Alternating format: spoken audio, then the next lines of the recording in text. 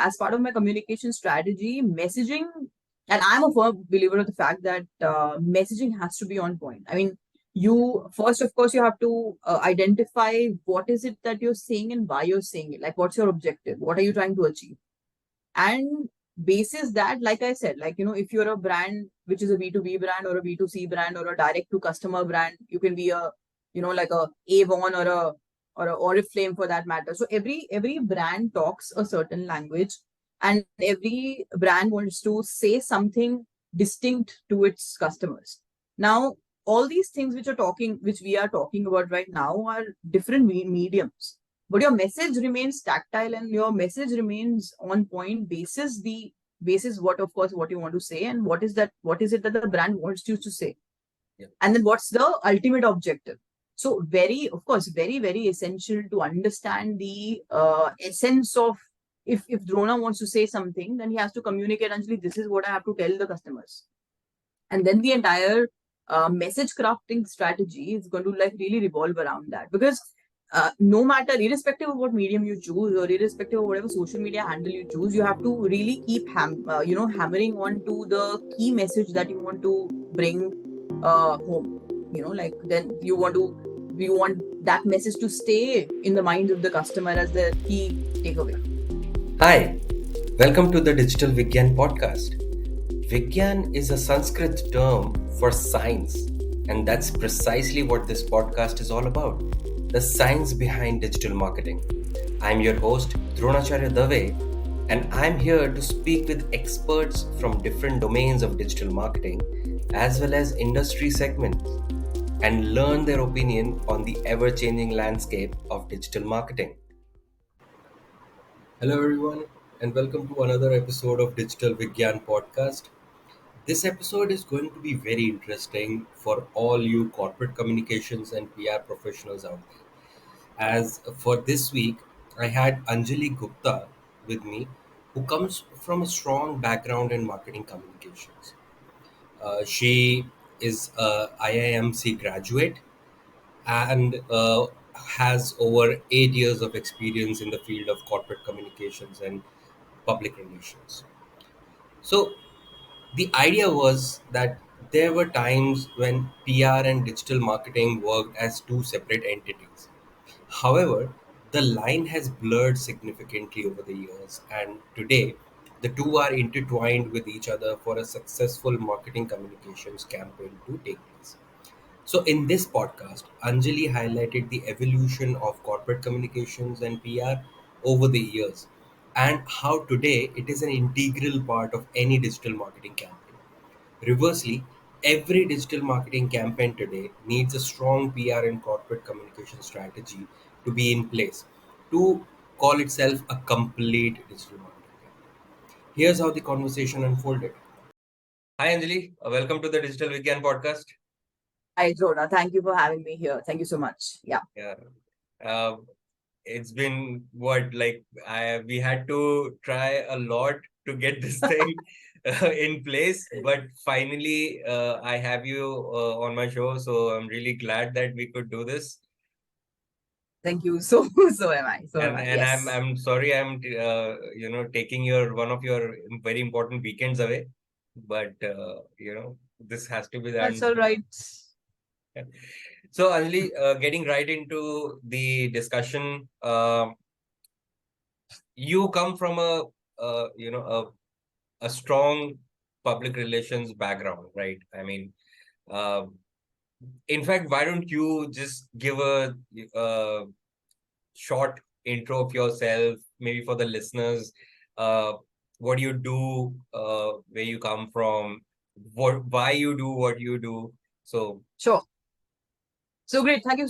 Thanks so much for the opportunity, Dhruva. Like I said, and okay, so I have a very strong background in PR. So I'll just tell you a little bit about my academic history, delving into what I did for my career and how I started. So I did my home science honors in from Delhi University, and I saw this. So our campus was very close to Vasant Kunj, and that's where IIMC is, Indian Institute of Mass Communication. So we just, like, as a group of friends, we were just like wandering around. We went to the JNU campus, and I really saw that emblem, and just became my mantra to just, get there. Home science honors has a minor which is communications, media and communications, and delving into development communications and stuff. So I majored while I was pursuing that. I majored in comms as a undergraduate, and eventually sort of finally cracked IIMC in the subsequent year, and that's how my career in PR started. I have done a diploma in advertising and public relations from IIMC, which is an autonomous institute run by the Ministry of Broadcasting. Now, it was a very nice, sweet course with a gestation period of 9 months. After which I accidentally landed with avian media, where I started my career in PR from.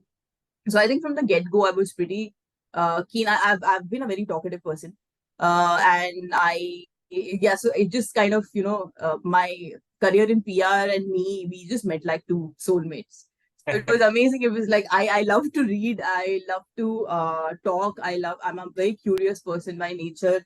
If there's a byline in the newspaper as a kid, I used to really imagine how would the person be who has written this. Like how would he or she look like, and what would he have in mind. So I mean, I had a lot of curiosity. Of course, I was fascinated by the world of writing, journalism, media. So I'm a very simple person. Having said that, I'm very curious to know behind the scenes, what is it that happens. So that's how PR started, and from the get-go, even as a kid, I was, I think, very, very sincere towards it. I think I love the dynamism that this profession offers you. Even at the very nascent stages, it's sort of the holistic nature, because if you're a PR person, you have to be everything. You should be able to write, you should be able to talk well, you should be able to think on your feet, you should be able to manage events. Subsequently, I think the most important thing which it teaches you is how to manage people, because initially in the beginning of my career, a lot of mentors I mean, everything boils down to people, how you manage people. You can change jobs, you can change places, but this fundamentally remains the essence of how you drive it. So that's how I started in PR. So of course, I mean, like you were saying, the expanse of clientele that I've really experienced, service during my years in PR, then experience with the development sector while raising funds for the organization from the corporates was a different experience altogether. Having said that, at the very essence and very core of everything that I've done so far, communications has been a strong forte that I carry and that I've been honing, up till date. So yeah, pretty excited. Awesome. Great. Yeah. For the listeners, for the record, for all my listeners, I knew all these things, but only for you guys, I asked her to give this a long intro. So you can thank me in the comments later on. Anyway, so Anjali, so see, this podcast, Digital Vigyaan, as the name suggests, it's about the science behind digital marketing, right?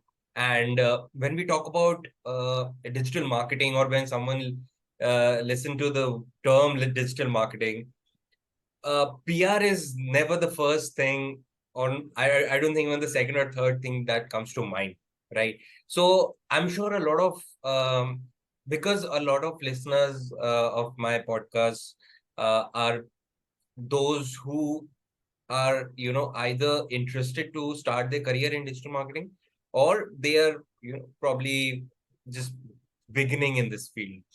Um, so for them, I'm sure it would be a little bit of a shocker that on a show that talks about digital marketing, why are we talking about PR, right? Yeah. So I want to start today by understanding your point of view of what is it that makes PR PR's role, public relations, corporate communications role in digital marketing so important today, uh, and how do these two verticals who do look apart but are actually running on the same track? So thank you for the question, Drona. I think so. PR and social media is, so for a digital marketer, if I look at a holistic perspective from which a marketer would possibly look, these two are very, very strong tools which come with their distinct strengths, but they are really, I mean, if we look at it, they complement each other, and if we bring them together in a fashion which is strategic, if our objectives are laid out well, I think both these forces, when combined, will be unstoppable in achieving the goals which you really want to achieve for your brand. That's what I feel. PR, of course, like you said, has evolved. Yes, definitely, yes. I mean, it was earlier. So it's PR, according to me, is more about creating awareness, sensitization, via tools like, of course, press release is just one bit, like one of the tools which you have. You have so there's a lot of focus on messaging per se. Which so there are similarities in both PR and social media, but the only thing is the nature of medium is different. That's what I would say. So, for example, if you talk about PR, and I'll just PR, if there's an announcement, I'll just have one press release. For example, I'm entering into a joint venture with another company. I'll have one press release issued. I might have a couple of media interactions with my spokesperson and the JV spokesperson. Plus, okay, so it's like maximum a 2 to 3 day activity. Social media, on the other hand, brands are leveraging for a day-to-day engagement with their target audiences. I think that's the first difference. Touch point and the shelf life of your message is incremental, has an incremental value on social media vis-a-vis PR. PR, of course, is a static presence now with glad for the advent of online media. If I place an article, the shelf life is infinite because it always stays as a digital imprint in the whole space, right?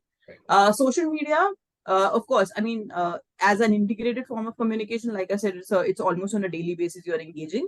Even if you don't want to, if for example, if you're a B2B brand, B2C brands definitely have more scope to engage with the customers on a daily basis if they want to.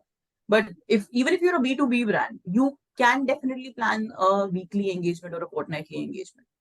So I think this is one thing which sort of makes them strong in their own respective spaces. Second is return on investment on social media vis-a-vis PR is pretty different in terms of, so PR is, since it's about, it's a business of building perceptions, not to take away the credit which PR professions bring to a brand, because it's extremely important. One, of course, this whole medium is purely organic.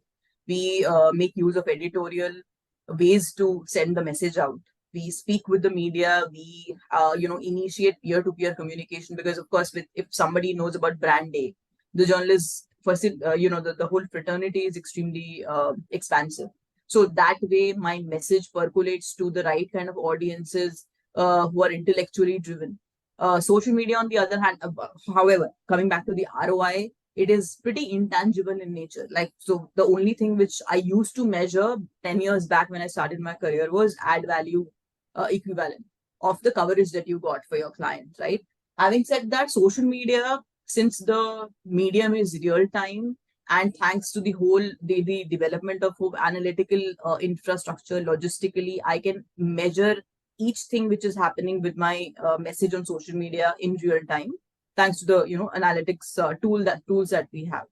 So I mean, going back to PR, then the target audience which I have is the whole world, because we talk to the masses. Now, masses is a extremely heterogeneous mix of people who it's very difficult for me to identify who is actually reading the newspaper, what is the profession. So, demographic analysis of that particular target audience is extremely difficult. On the contrary, on social media, I get entire demographic breakup of my target audience. So hence it makes the brand extremely, it makes it very easy for the brand to locate the TG and sort of custom and retro fit the message which they really want to send out. Having said that, I think 5 years before, or since about till about 4 5 years, it has been that the agencies which actually originally started out as consulting agencies for PR, so they're pretty cool at and quick actually at gauging where the industry is going. Like where towards which direction is the wind blowing, and we started using terms like integrated communication. Like 10 years back, the PR plan that I would have made for a client will just have traditional media ideas. Right. But now when a PR agency professional makes a plan, it is called an integrated communications plan, which has messages. Yeah, I mean, back then nobody thought that we should integrate this, but now it's become like sort of a cohesive sort of a plan which I can't do away with.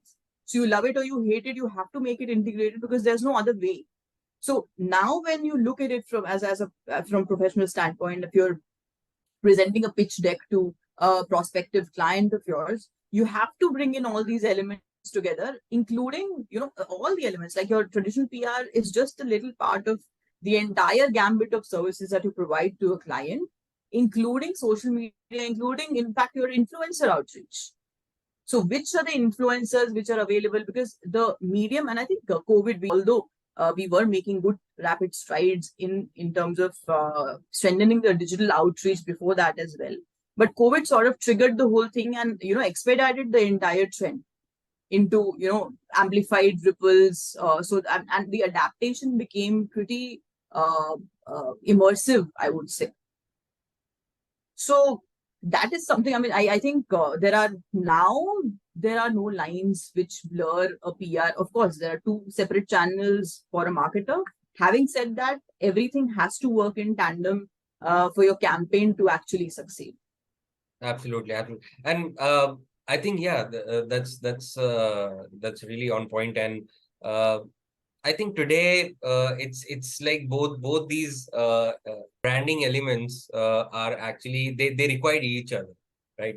Like in digital marketing, we often say that content and SEO, they complement each other. They cannot survive without each other, right? True, So true, I true. think that's the same thing that which goes for PR and digital marketing, because for a comprehensive digital marketing campaign for any brand, any firm, is incomplete, without a proper PR plan in place.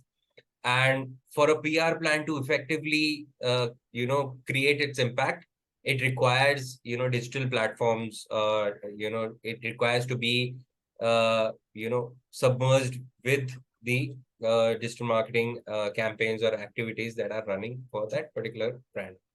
So, and as you mentioned about the role social media actually plays in running PR campaigns. So I wanted to talk about that now.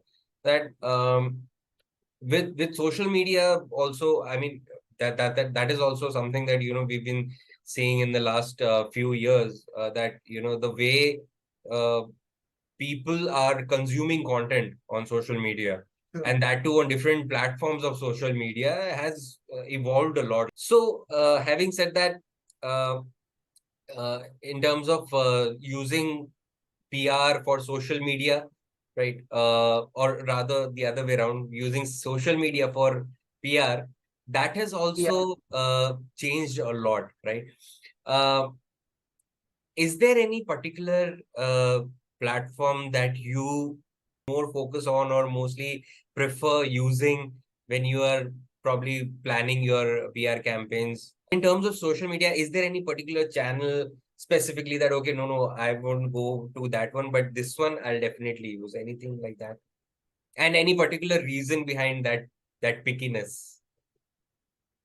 I think as a campaign planner, my selection would definitely be based on the kind of announcement that I'm making and the sector from which my client hails from, hypothetically speaking. So if it's a B2C sector, then of course, I mean, the more the merrier. All the platforms are welcome. And of course, considering the announcement, for example, if you're launching a alkaline water brand in India, the black water, right? So then, of course, I mean, my influencers are across channels, and then my omni-channel strategy works. Having said that, if it's a serious announcement, like for example, I'm a company whose image was tainted with because of some report which came in, and my reputation was at stake and stuff. So it's a serious topic. Then I would really like to restrict myself to say maybe a LinkedIn, or that person's, not even Twitter for that matter, only to LinkedIn. I'll just plainly put up a blog, saying one, of course, will be a press release demystifying the facts which are misreported because of whatever reasons. And then, of course, like you said, LinkedIn as a very powerful medium to build brands, plus individual brands, of course. And that, of course, till some extent, erstwhile Twitter, now X, has also really helped people to build their own brands. Yeah. You know, CEOs, company chairpersons, people, the companies who really contribute to India's GDP. People are really interested to know what they're saying, what their thoughts are, what their viewpoints are on various issues, not just business, but then of various issues of national interest. So LinkedIn definitely yes. I mean, again, going back to where I started from, I would really definitely look into the nature of the announcement. Plus, how much do I want to say and how much do I want to propagate and what kind of people, like what's the TG? Because if you look at Instagram, people are consuming mostly video content, right? But LinkedIn is pretty serious. It's content. It's people read. So there are a lot of reports and everything floating around. So that's what helps me assess, where is it that I want my message to stay put or Actually, I was disseminate. about to, yeah, no, no, absolutely, and that you were talking about, you just mentioned about the kind of content. So I was actually about to ask you that next was, does this also applies to the kind of content format, picking the content format for you as well, like the kind of brand that you are pitching it for and the kind of audience that you are pitching it for. Does that plays the main role in classifying the kind of content also for you, the format of the content? Because Oh yes, yes. obviously we know that today Hmm. video content is, is something that is getting more traction and more visibility, right? But when we talk about PR, it has to be, uh, at least some text over there, if not much. uh, so does that plays any role in deciding the kind of content format you want to use for your PR activities? Yeah, I think Drona, it's as part of marketing communication overall. If we look at all these things, not just PR, for example, because right now the various things that I'm dealing with is a multitude of affairs, and PR is just one of them. So, having said that, as part of my communication strategy, messaging, and I'm a firm believer of the fact that messaging has to be on point. I mean, you first, of course, you have to identify what is it that you're saying and why you're saying it. Like, what's your objective? What are you trying to achieve? And basis that, like I said, if you're a brand which is a B2B brand or a B2C brand or a direct to customer brand, you can be a, like a Avon or a Oriflame for that matter. So every brand talks a certain language, and every brand wants to say something distinct to its customers. Now, all these things which we are talking about right now are different mediums, but your message remains tactile and your message remains on point basis what, of course, what you want to say and what is it that the brand wants you to say, Yeah. and then what's the ultimate objective. So very, of course, very very essential to understand the essence of, if Drona wants to say something, then he has to communicate, Anjali, this is what I have to tell the customers, and then the entire message crafting strategy is going to like really revolve around that. Because no matter, irrespective of what medium you choose or irrespective of whatever social media handle you choose, you have to really keep hammering on to the key message that you want to bring home. Like, then you want that message to stay in the minds of the customer as the key takeaway. Like Maggie will be a 2-minute noodle, like something which is a quick fix when I don't have anything to eat at home. You know, like something, I don't know. I mean, the recent example can be G20 summit that we just did in Delhi. We just hosted as a country. It was a huge moment. And a couple of days back, I was at an event by ACMA, and where one of the cabinet ministers was there, and in fact, three cabinet ministers were there. All three of them mentioned G20 in some bit of their, the entire address. It actually, I mean, I think that's the success of any campaign. Like, for example, if the ruling government wants to say something, wants to emphasize on something, wants to underline something, I think the biggest achievement of the current government is, I don't want to go political here, but I love the fact that the entire fleet of cabinet ministers talk in the same language, Right. talk with the same conviction, talk with the same passion. I mean, as a nation, we are very resilient, which is amazing. And to reach a stage where everybody is talking the same language, the same message, is a huge accomplishment. I mean, that's what I feel as a communicator. No, I'm getting a point. They know that, if this is what we have to convey to the Yes. audience, then the Yes. terminology and the Correct. context and everything will remain the same no matter Correct. for Correct. Correct. what So subject they're talking about. absolutely. I mean, that's the power of a very, very strong team, and Yeah. evidently so. The entire country is a witness. I mean, people might say whatever they want to say, but this is the fact. I mean, anybody you hear, you'll hear the exact same message. Right. It just gives me a lot of confidence as a citizen of this country, that something where we are moving towards something great. I mean, Right. so I think message is extremely important, and you have to spend time to thistle that perfect three messages, two messages, which you strategically want to embed inside the minds of your customers for your campaign to be successful. And almost, I mean, PR, social media, like I'm saying. So I think what we have done with the advent of multiple social media handles, also we have just increased the number of touch points for a brand to Yes. engage with the customer, right? Like, so PR used to be a very restrictive medium where I used to just talk to the journalist. There was no direct connection of a brand with the customer. Now, with the beauty Yes. of social media is that I'm born on social media. Like, we've got so many brands which are into, I don't know, beauty, uh, basic basic beauty regime, natural brands. I mean, I use a couple of them. They were born on social media. They don't have retail stores or retail outlets. They're plainly managing their businesses. They're earning profits or making money, whatever. They're surviving because of social media, and that's the only channel that they have. So this is what I have done, like, and engagement is manifold. I mean, as a customer, I can make my own video and I post on my own Instagram handle tagging that brand. It's become very easy. I don't have to wait for the magazine to come out. I don't have to wait for the newspaper to come out. Not discounting the value which they have. They still have, in terms of No, credibility, no, I'm getting your authenticity. point. Yeah. But And it's a very great it's, point. That's yeah. actually something that I keep actually kind of keep discussing with my team people that Uh-huh. what PR has done is it has expanded and probably propelled the the timeline and the way we can reach out to our audience. Yes. Yes. Yes. Kind of, you can say, these press publication aggregators or even online aggregators, uh, Right. through them we have now got an opportunity to reach more number of people, in less number of time. Time. Yeah. Correct. Correct. So yeah, absolutely, that's a really great point.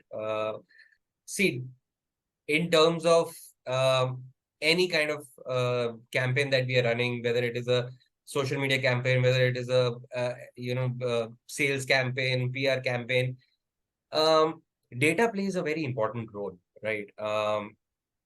What is the success of that particular campaign, or what has been the success rate of that particular press output?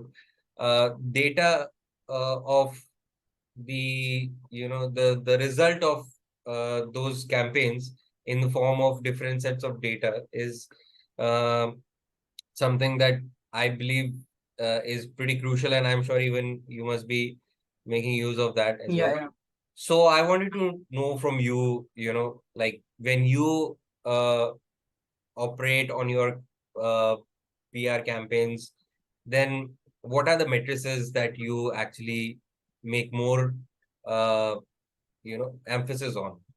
That, okay, these are the KPIs that I'll look at, and on the basis of that, I'll probably make the changes however is required. Are there any specific matrices that you look at?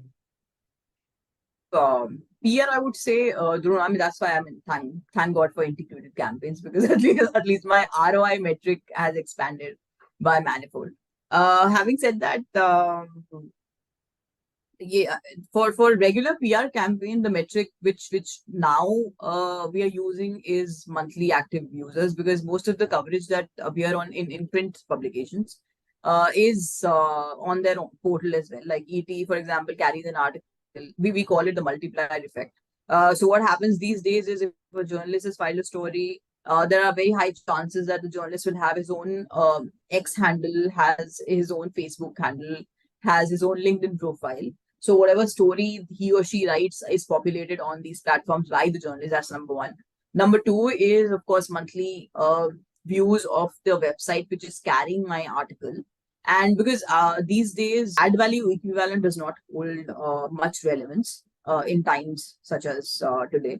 So of course, my metric is mostly my monthly active users on the website or the portal, which is carrying my article. Besides that, of course, the journalist who has filed the story, whose byline it is, has posted it on his or her news, like LinkedIn handle, X handle, Facebook. Plus the media house themselves also they also have their own LinkedIn presence. Yeah. So most of the so if the article is good enough and everything, they populate and they amplify the article on their individual handles as well. So these are like I mentioned before also, Tona, it's very difficult for PR to actually have tangible impact. It's still because again, it is the business of perception, and to a great extent, it's about the conversations that your effective communication leads to. So if something that you've sort of sent out as a message via a PR outreach, a purely PR outreach campaign, the ripple effect that those conversations will have will only eventually occur. Like it's not an immediate ROI that you can effectively see vis-a-vis your social media outreach, which is a more direct, tangible return. Your data is there in front of you the moment you launch the campaign. You can actually track the progress in real time. How is your number game looking like for that particular on a dashboard, so to say. So there is, yeah, I mean, there is still this whole tangible plus intangible ROI difference that I can see. Right, right, absolutely. Great. So, now I want to go a little bit, you know, behind, Mhm. when it all started, as you highlighted during your introduction also. You started your career, like in the initial days of your professional career, you worked with several prominent NGOs as well, right? Mhm. However, in the same capacity, I understand.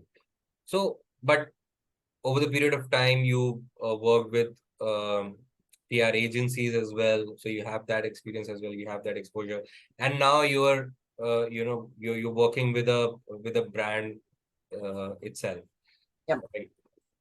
How different is it? Like, especially when you work for, an entity like an NGO, and then, you know, working for a brand where you can be like brand you're representing. So when it comes to an NGO entity, I'm sure it's more delicate. So what's the difference? How different was it? Was it more challenging, or today is more challenging?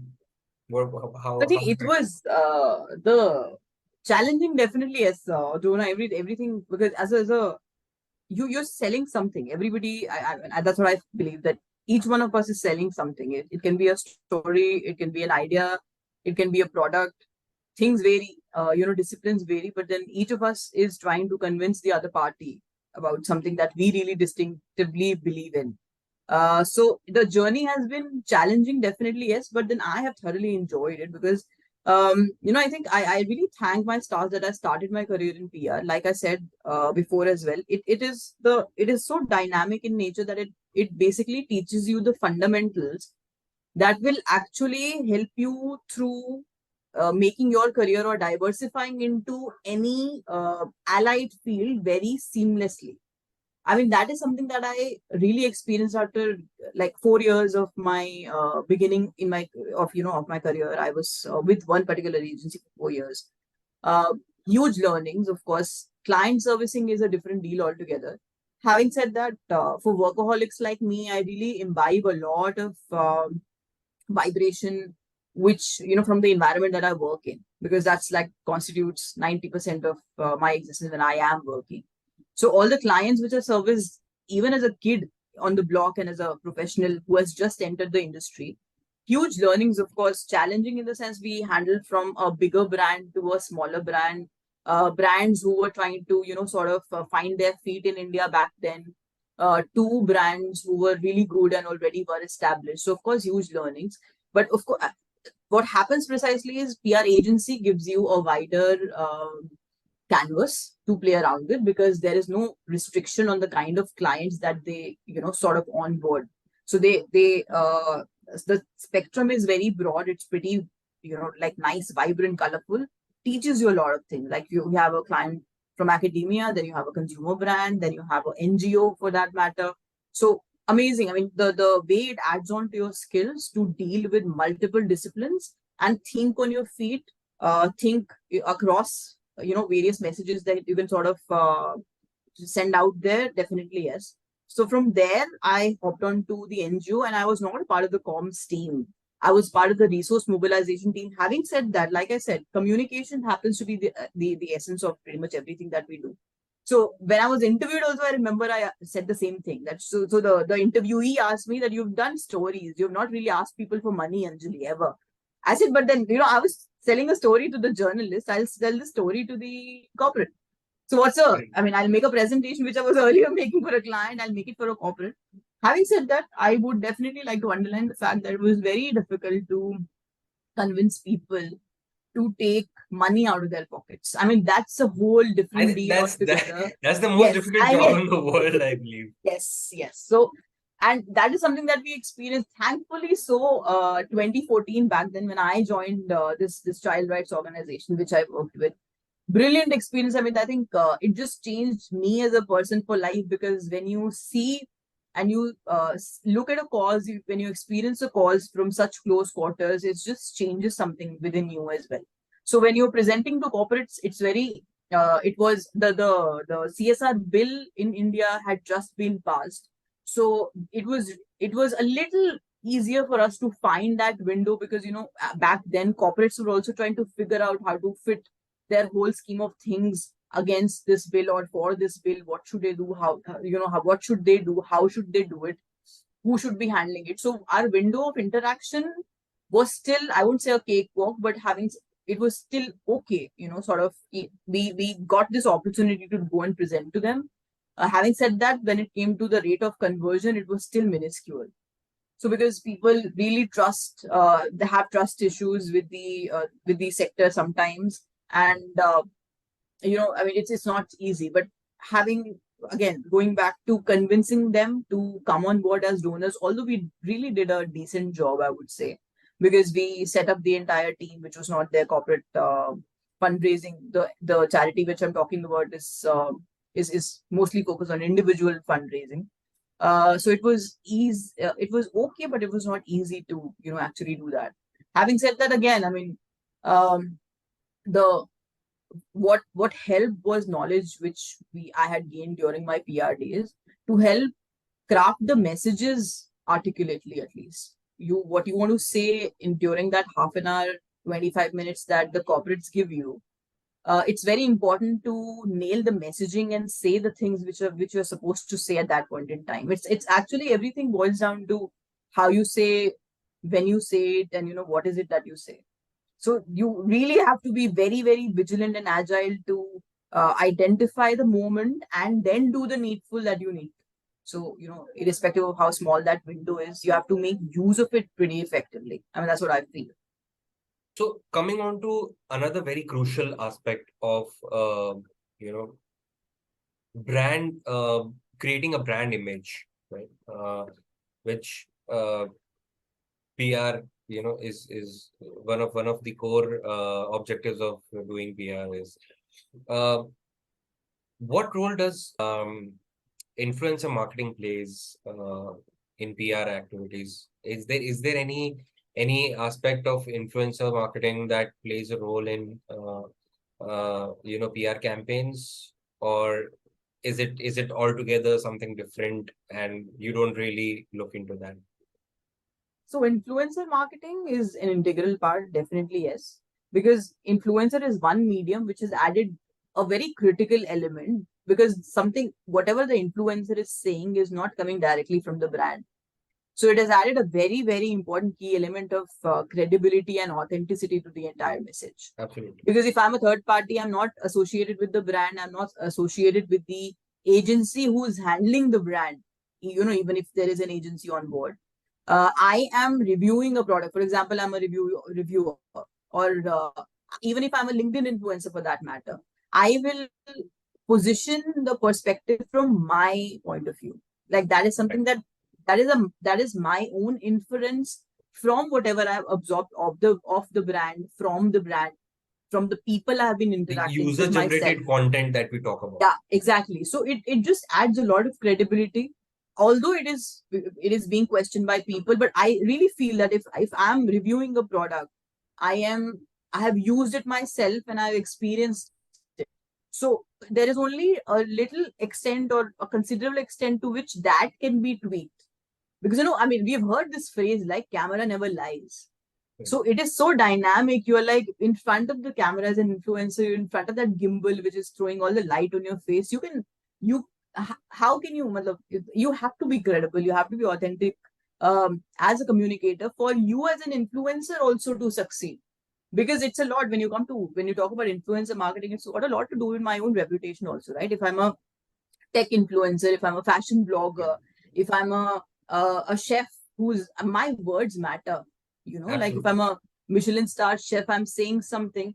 That word holds a lot. And I think in India, we've seen this whole phenomenon of having opinion leaders to promote causes, to promote brands, messages since we were kids, right? Like I don't know. I mean, the something that comes to my mind: polio campaign, Amitabh Bachchan ji, right? And when safe sex messages started percolating within the Indian audiences, masses, there were so many film stars who came on board to support this campaigns against HIV and AIDS. So, of course, the medium was television, the medium was newspaper, the medium was radio back that time. But right now, so these influencers from television have come down to an Instagram. So, if I see a Shah Rukh Khan today, if he wants to promote a message, he'll do it across platforms, Right. which includes your TV, radio, right? Like Jawan, the recent movie is being promoted from across platforms. Yeah. He's on Instagram, he's activated, the entire fan community is activated. So the beauty of influencer campaign is such. So this game is interesting because both parties are at stake. Yeah. Brand, of course, there have to be the right messages for the brand communicated to the masses. But as an influencer, also there's a lot which I also have on my neck is on the line. So I think the beauty is that you can't, it's, all every time is action time. Like, you are on it. That's what social media has made us. There is no Yeah. time to relax. You have to, if you are online, you have to have a customer relationship manager on board, even if it's a bot. You cannot For that really relax, no, even no, for you a can't. moment. You cannot afford to do Exactly. that. The Your moment you do that, your reputation, competitors will, yes. probably take that opportunity. Secondly, no, if it's and it's a beautiful thing. Like that's what gives you the leverage and window to engage frequently. Like I think Frito Lay's in the US had opened a contest for consumers to come ahead and say, what is the flavor that you would like us to sort of introduce. Introduce, That's yeah. what led to cheese and garlic chips that we eat now, and the website crashed because customers also have got this window to engage, which I did not have before. Yeah. So I think that's the beauty. But the only thing is, you have to be on your toes. You have to have a reputation person 24/7, keeping track of all the comments that you have across social media handles, which is a lot of work. So, having said that, I think at least B2C brands are enjoying this whole thing thoroughly.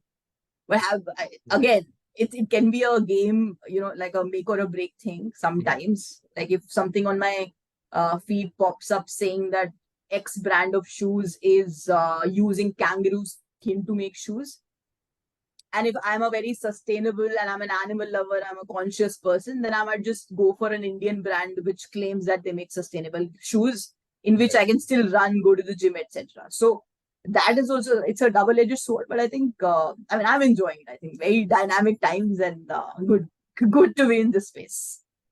Nice. Talking Yeah. about times, Anjali, where do you see, like obviously we talked about where or how public relations used to be utilized or operated, how it is getting operated today. Talking about time, where do you see, or how do you see public relations, the field of PR, corporate communications evolving going forward, let's say in the next 5 years, 10 years time?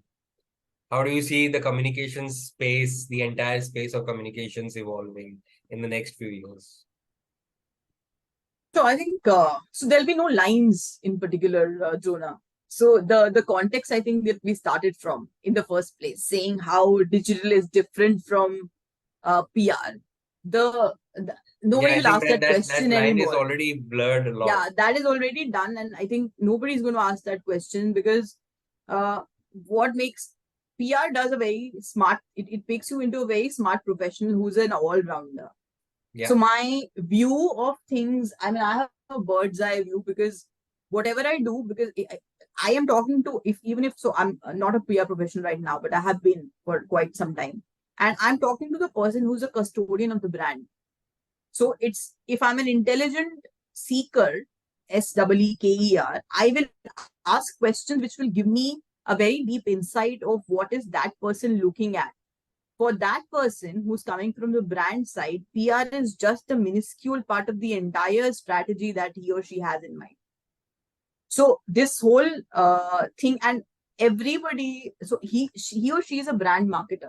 So eventually, how I can see things evolving is everybody on this side who is right now only seen as a PR professional is going to be seen as a brand marketer in a cohesive manner with all these disciplines coming together. So even if we look at this whole scheme of touch points as a funnel, then of course PR happens to be the third or the fourth leg, which is an extremely important one in the whole scheme of things, followed by your SEO, because everything right from the get go, right from your messaging, everything is then go to portal. So if you're a digital marketer, the messages that you set out in the very beginning are going to be repeatedly reflecting in every channel or every medium of communication that you decide. It can be PR, it can be social media, it can be digital, it can be your own website, assets, it can be something that you would like to drive via the LinkedIn handle of your senior leadership team members. Because it's these are times which are very dynamic. You are a brand, for example, as an individual. So if a Dronacharya has a podcast which is Digital Vigyaan, you are a brand yourself.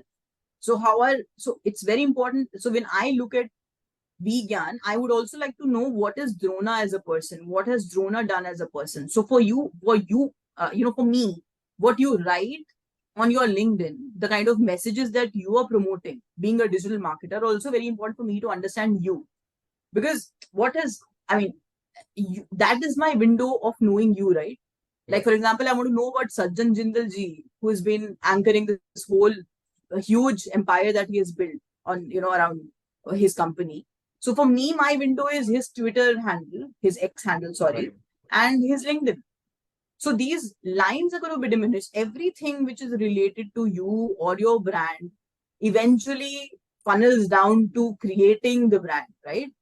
So that is how I believe it's going to be looking like one ecosystem, one singular ecosystem with these multiple elements, wherein everything has to work in tandem with each other. So, like we were discussing about this current government's messaging, right? The messaging has to be unanimously, but that's the success of my campaign. If I tomorrow I launch a campaign, that's how I'm going to rate the success. What are people talking about? What are the common messages that people have, taken home with them? So that's what I feel. And second thing, which is very close to my heart, is building these individual brands, which has already started happening using all these platforms. So if every individual, their perspectives matter, their opinions matter, and with this whole expansion of social media handles and my accessibility to these, my independence and freedom that I can exhibit to express my own opinion, express my own perspective of what I think. So that is something that is increasingly becoming popular and people are picking up. And thanks to this whole creator economy, which has changed the game, I think that will continue. So video, to just sum this up in a nutshell, video storytelling definitely is the key thing which is going to stay. That's not going anywhere. Secondly, business of building individual brands and sort of sending your perspective and opinions out there. That's going to stay. And third is integration is going to become more close knit. So even if we have this tiny gap which is visible between two disciplines today, I don't think that's going to be the case like even 3 years down the line, because everything has to work in tandem, and that's how people would start think. Uh, you know, from the very get go when they conceptualize the campaign. So no sort of discipline will be very distinctly separate from the other one. They'll come Right. together. Right. No, no, absolutely, absolutely. And I think that's something which a lot of marketers would really, be wary of. And I think in some ways it will also create you know ease of accessibility, as you Yes. also highlighted earlier. It will create a, because when you have to when you have to have all the channels in your vicinity, then it kind of creates a comprehensive bucket, for you to, okay, Hmm. this is all I have, and I cannot let go of any element in order to actually True. kickstart with my campaign. So I don't really have to work on different campaigns and differently. I'll create one bucket and I'll True. have all the elements in it. Correct. Obviously, every element will have their own process and everything, but the bucket will be one, and then comprehensively we'll start that thing for the Also, entire marketing. correct. And I also feel that, adding to the list that we just made, I think audio medium is also not going anywhere, because uh, irrespective of how people are enjoying, sort of consuming content which is video, we definitely, there will be a time in the coming 2 3 years where people will start looking for alternatives, to maybe take a break, yet be, so the podcasts, I think, are going to be the in thing in about 3 to 4 years. Definitely. I Yeah, mean, that's it's growing as a that's medium. something I would really look forward to. No, I think yes, yes, because it just, everything is thrown into your eyes, right? Because then there is no scope of visualization which is left, because Right. everything is like, yeah, it's on camera, it's being recorded in real time. I want to try a new dress Nothing is of left for influencer. you to, Yeah.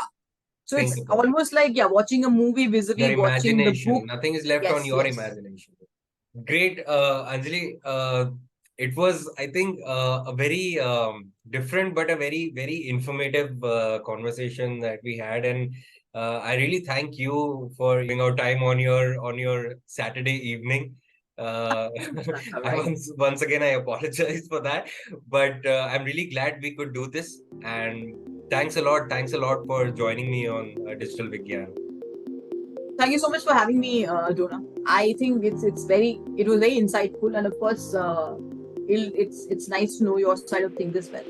So yeah, thank you so much. I really enjoyed. So it was, yeah, my pleasure. Thank you. Great. Thanks. Thanks. Thank you. Thank you for tuning in.